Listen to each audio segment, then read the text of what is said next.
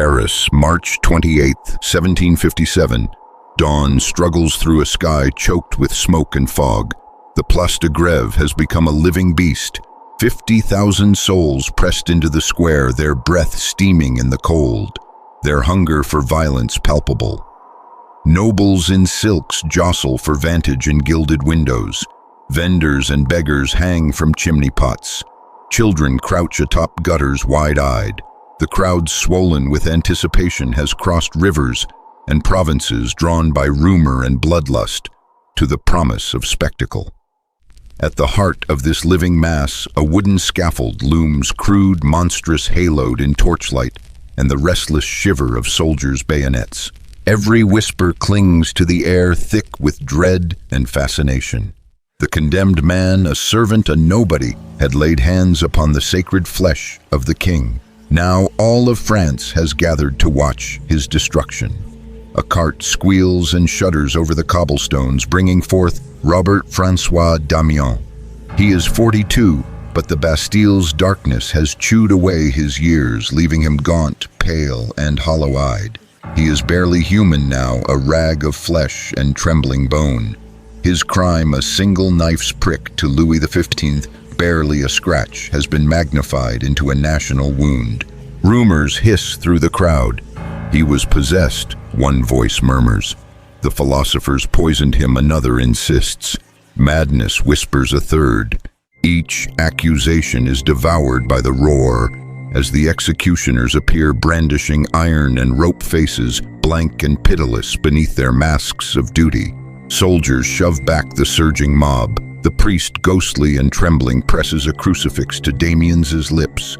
His prayers are lost in the growing thunder. Damiens is lashed to the scaffold, arms and legs pulled wide naked before the city's gaze. He lifts his eyes, and for a moment, his agony becomes the agony of all men, small, breakable, despised. The square drinks in every detail, the twitch of sinew, the pallor of his skin, the stains of old wounds. The metallic scent of blood mingles with the reek of mud and smoke. Harnessed horses snort and stamp, impatient, their bodies straining against the ropes. The executioner's whip cracks a sound sharp as the world's verdict. Damiens' screams tear through the square but are devoured by the mob's hunger. Flesh splits, bones creak. The spectacle is complete pain made public, suffering transformed into ceremony, mercy abandoned beneath the open sky. In that endless moment, Robert-François Damiens is not a man but a lesson, a body offered to power, a warning carved in agony and flame. And yet beneath the cruelty, a deeper silence lingers. For what is left after the crowd has scattered and the blood has dried, but the certainty that the spectacle will return, Damiens' agony is forgotten by those who feasted on it. But the square remembers. The stones remember. This is how power endures, by turning suffering into theater and every man into a shadow beneath the scaffold.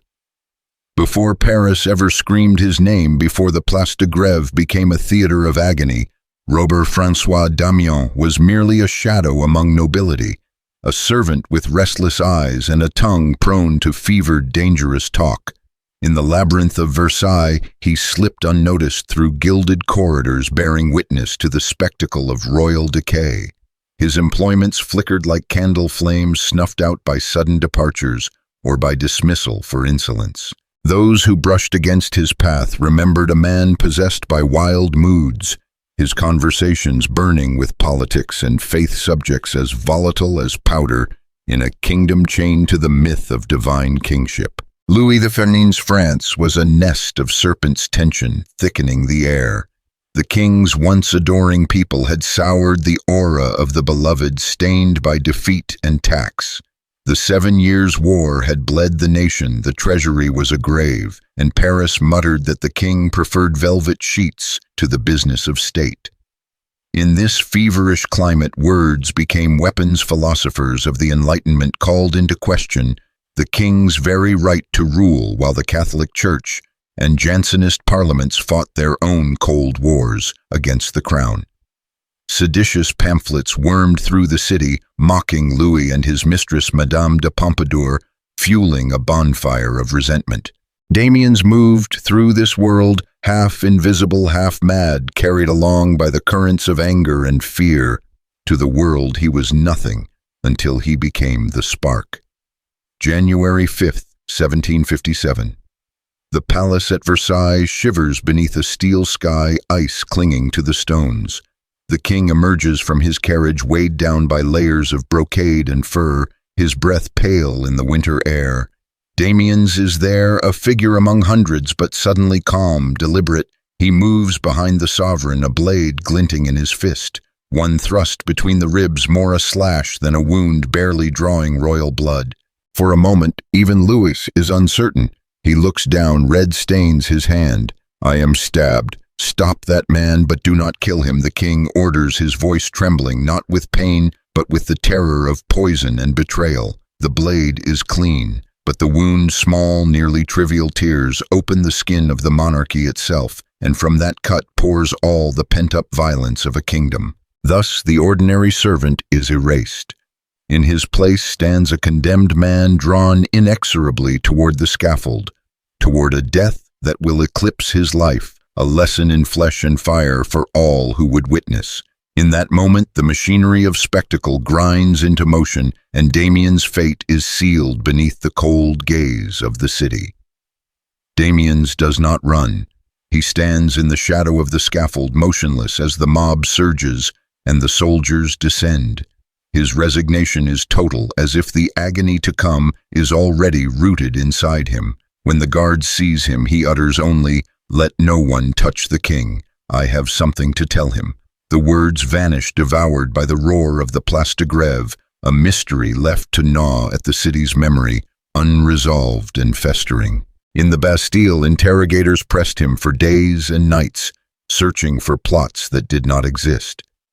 Damiens' voice, broken, confused, spilled contradictions, sometimes pleading religious conviction, sometimes denouncing the kingdom's cruelties, the hunger of its people, the corruption gnawing at the court. "If I had wanted to kill the king, I would have killed him," he insisted, his eyes hollow. But no evidence surfaced, no names, no cabal, just the echo of Parisian taverns and whispered heresies in houses where he once served. The idea that a lone servant acting from desperation and wounded pride could breach the flesh of the king, this terrified the court more than any imagined conspiracy. It threatened the very foundation of the world, the sacred division between ruler and ruled. The trial was a grotesque pantomime. Parliament, so often at odds with Louis XV, did not hesitate. The sentence, rendered in cold, meticulous detail, outlined every torment that would reduce Damiens from man to ruin. Regicide demanded spectacle. And so the morning returns. Damiens, more corpse than living flesh, is dragged into the icy light of the square. Chains bite his wrists, his body a map of wounds and bruises, his hope already bled away. The executioner, Henri Sanson, grim, methodical heir to a dynasty of state-sanctioned killers, steps forward with iron pincers glowing red. The mob falls silent, held captive by anticipation and dread. Damiens feels the iron touch his skin, a searing, inhuman agony, raw and endless. His screams ripple over the cobblestones, rising above the mutter of prayers and the hungry roar of the crowd. Blood steams, flesh smolders.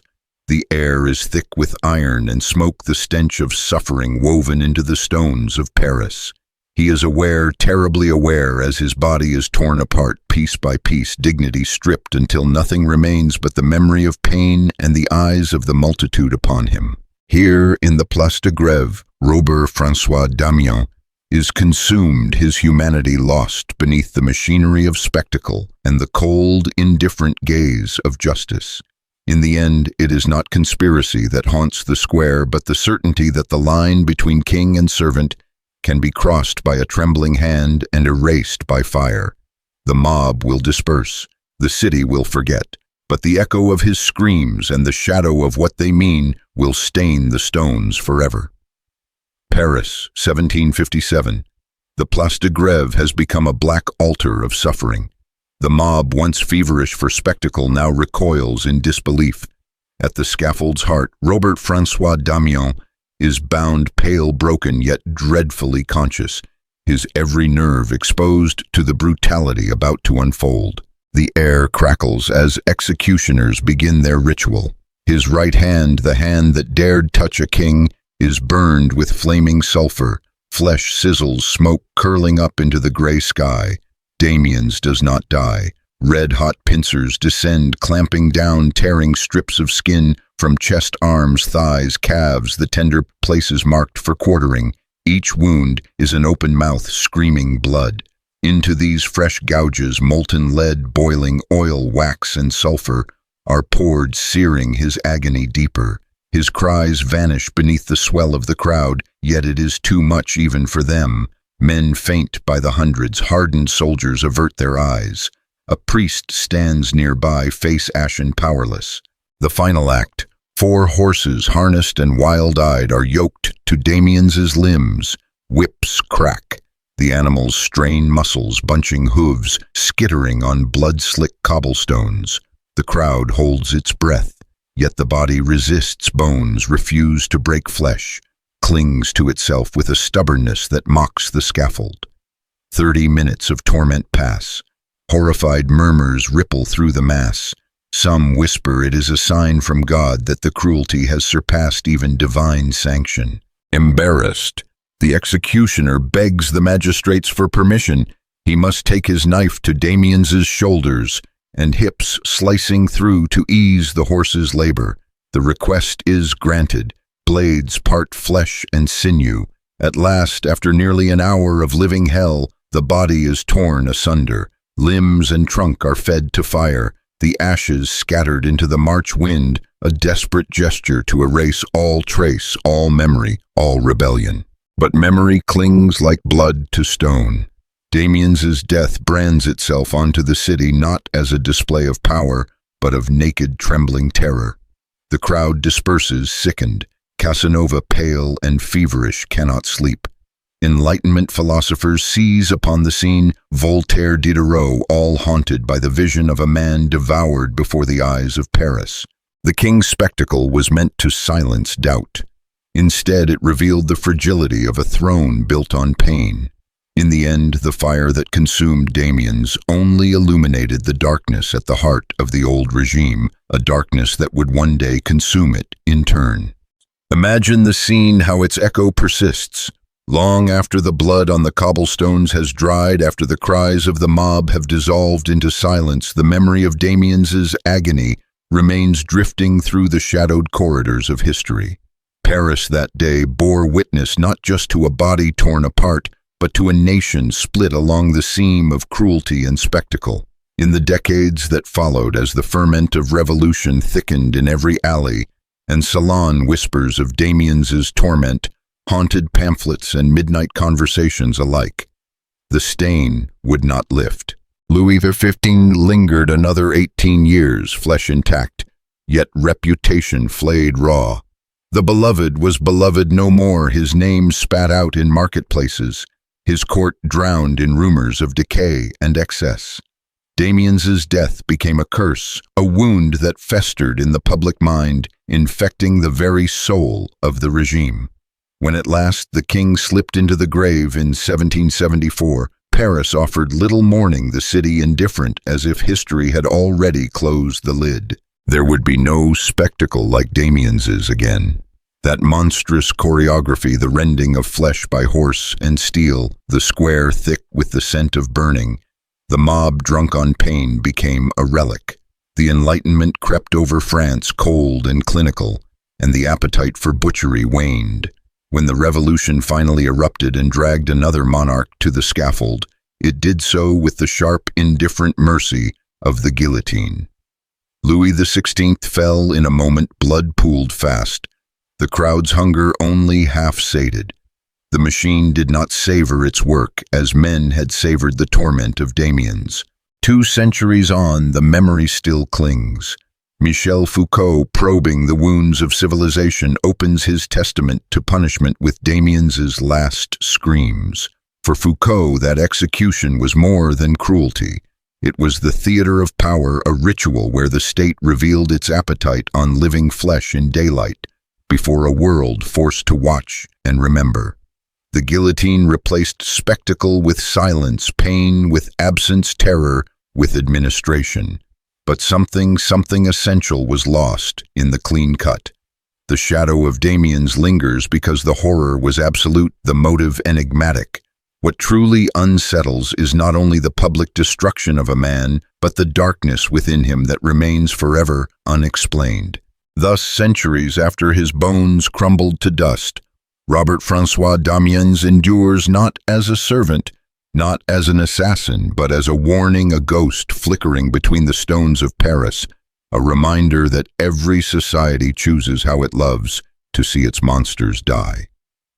Historians quarrel over the true nature of the condemned, a zealot, a madman, a prophet, or merely a servant whose despair swelled until it broke upon the flesh of a king. In the end, Paris did not care. In the end, the city wanted blood. Whatever pulsed through Damiens's mind on that fateful day is lost beneath the iron certainty of the scaffold. His execution, public, methodical, obscene, became the throne from which the state pronounced its fury. On the cobblestones of the Place de Grève, frail humanity was dragged beneath the boots of power and torn apart for all to see. As horses strained at harnesses slick with blood, as whips cracked and the crowd howled for more, Damiens' flesh surrendered to a violence that echoed through every alleyway of the city. He felt each agony. He knew in every shriek that his crime was not just a wound to the king, but a challenge to the body of France itself, a body that responded with exquisite public vengeance. His mutilation became a ritual, a warning inscribed in torn sinew and bone. This is what awaits those who dare touch the sacred vessel of sovereignty, no matter how fleeting the transgression. In that moment, as Damiens's body was reduced to ruin, the myth of the inviolable monarch was both upheld and doomed.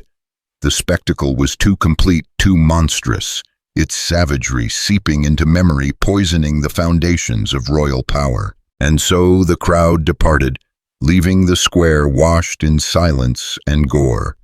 Damiens's agony became legend, and the state's spectacle of cruelty, once its proudest weapon, began at last to corrode the very idea it had sought to protect.